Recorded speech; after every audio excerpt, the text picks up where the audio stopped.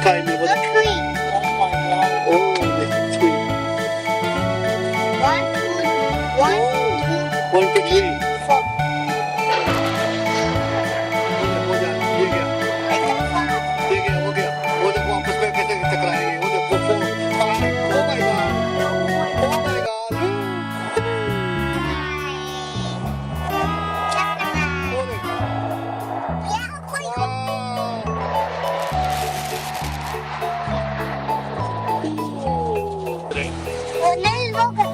Yes, yes. Oh my God.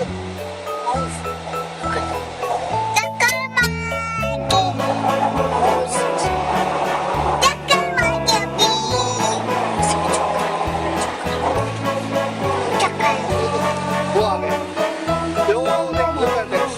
Look at that.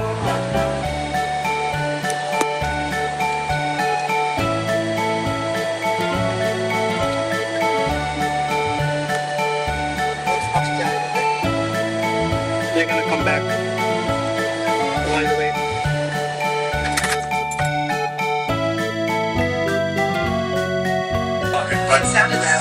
But John's one of those drivers who knows, I think, what he wants to do, and he will surprise, I think, before this day is over today. Meantime, we go back to the skies, and this is part of the Flying Heritage Collection. It's a part of Boeing Air Show today, and this is really, really special because these planes represent the leading technologies of the 1930s and 40s, and with the main emphasis of this collection on combat aircraft from World War II, and that's what we are seeing right now. That's right, they're owned by Paul Allen. I think you know that guy. I do indeed, and he, you know, I mean, we talked about the Seahawks, but the Experience Music Project, the Brain Institute downtown, and this amazing collection of aircraft. Right, he really had a passion for this. Yeah. It was back in the late 90s. He started acquiring some of these and having the goal of not only restoring them for people to see them, but actually that they would be back in the air. And Steve, correct me if I'm wrong, but I want to say he has about 15 of these collected so far. Right, and this particular aircraft, by the way, is the P-47 Thunderbolt from World War II, and they used to say that this thing was unbreakable. I don't know about that, but it was a tough, tough airplane, and the pilots loved flying that thing, and now the pilots of today really love taking these old planes up that have been completely refurbished and made like new, and their ability to fly these very easily handling aircraft. They're just amazing to fly. Yes, and one of several we're going to be seeing in the air. Some of them haven't already flown by over Lake Washington here. And by the way, I need to up that number. It says here, according to my notes, that Paul Allen actually has about 3 dozen vintage planes collected. He actually started this as a boy, as a hobby, really being fascinated with it. And I tell you, it really is something to see here. You see this part of our history and the stories that these planes tell.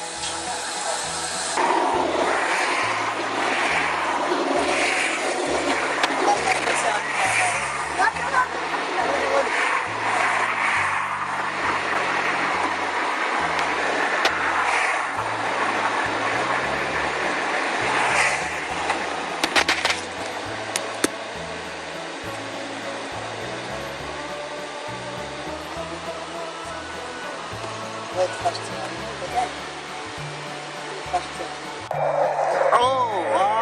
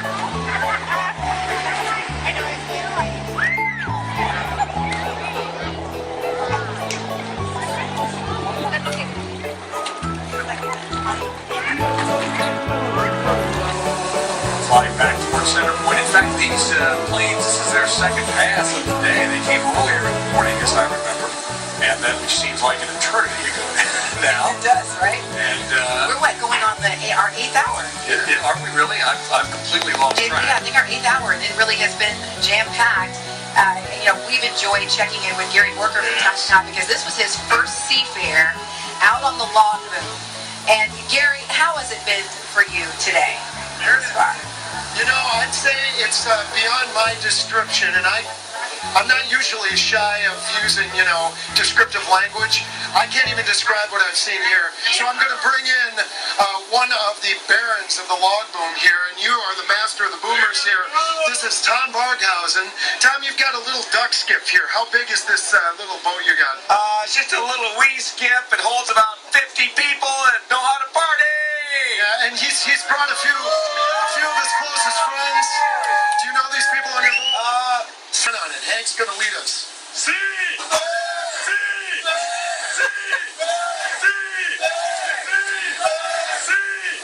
Is it any wonder we call it the ultimate flotilla of fun?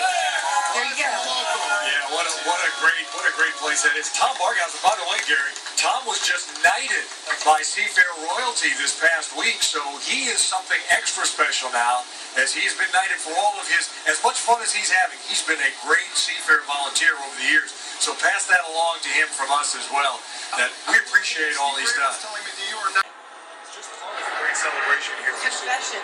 Last year when we finished our broadcast, there was a band, and I believe they were performing some Earth, Wind, and Fire. Yeah. And yes, your co-anchor was out there. Enjoying yourself? Booths, enjoyed the booths. It really is a lot to see out of Genesee Park. Everyone's having a good time. When you have weather like this, it isn't too hot, at least for my taste, not too cold. It's just right. Just right. All right, you posed this question when we first started early this morning. The question is, did you get the answer? Well, I don't know. We're going to find Let's out. talk about it. It is time now for the answer to today's Seafair Trivia question. Brought to you by Muckleshoot Bingo. 1950, I thought 59.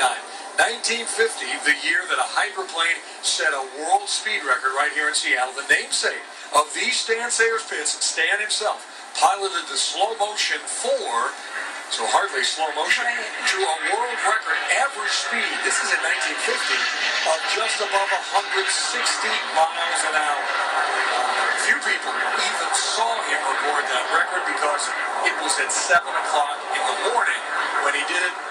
1950, a long time ago, but it gives you a sense for the tradition that Seafair is with these thunderboats on the Yes, water. well, you were close enough with your guess. That was good. And maybe some of you got it right because we had you tweet us and continue tweeting us because we enjoy seeing what you have to say and seeing what you have to say. Is that?